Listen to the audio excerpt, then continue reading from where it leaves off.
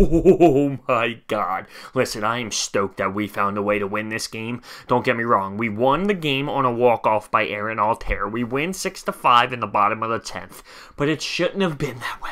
It should not have been that way. Let's dissect this game and how it went down. Now, Nick Pivetta was phenomenal. 7 1/3. He went for 13 strikeouts tonight. A career high. He really did pitch absolutely phenomenal. He's coming off of a few bad starts in a row. So to see this out of him really makes me happy. He's finding a way to get through the adversity. You have a couple bad starts. You can lose yourself mentally, but no. You come back with a game like that. You go 7 1/3. You strike out 13. Your pitches are on point. The placement, the speed, everything was just outstanding and a great performance out of him.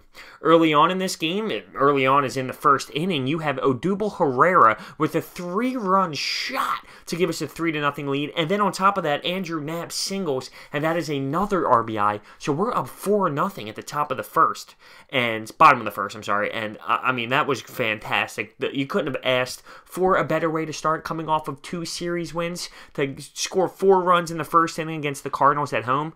We do play a lot better at home, I will say that.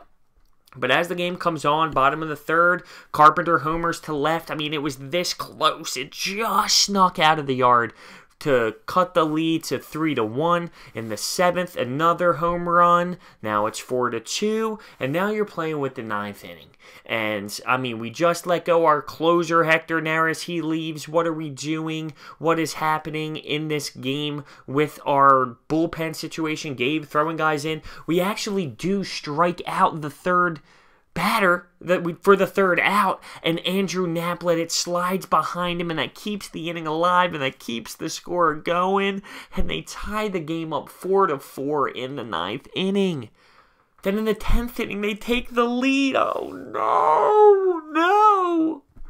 Could you imagine, if you could picture Broads watching the game on his couch, what do you think my face is? What do you think I'm doing?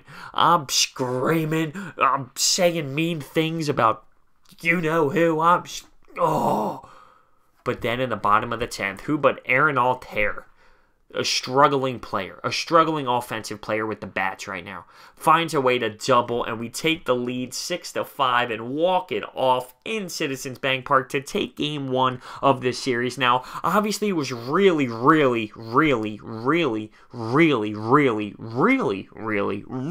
ugly way to do it, but at the end of the day, we get the W, right? We win game 1 of this series, and we put ourselves in a good opportunity to win another series. This is 3 straight wins alone in a row, and now we improve to 38-32, and that makes me definitely excited. Looking at some stat lines for the fellas, Odubel Herrera 2 for 5 with 3 RBIs. Rhys Hoskins goes 1 for 4. He scores 4 runs. Scores 2 runs, I'm sorry, and he does have a walk. Carlos Santana, 1 for 3. He walked 2 times as well. J.P. Crawford goes 1 for 3. He walks. He's somebody I like to keep an eye on. He's obviously struggling offensively. He bats behind the pitcher. He did have one insane error today. I'm like, what? Huh? He scoops the ground ball up perfectly and then just, I mean, it doesn't look like the ball slips out of his hand or anything. It's 65 feet wide of Carlos Santana. It wasn't even close. I really am keeping my eye on him because he was the promised land. And, you know, he's struggling to adjust right now in the majors for sure. Looking at what we went with after Nick Pivetta, I mean, his outstanding night was insane. He allowed 4 hits, 2 earned runs, and only walked 1. He threw 108 pitches. I loved his stuff tonight. I can't discuss that enough, how much I loved him on the mound. We went with Ramos for 2/3 after that. Arano is when everything kind of went, you know, south.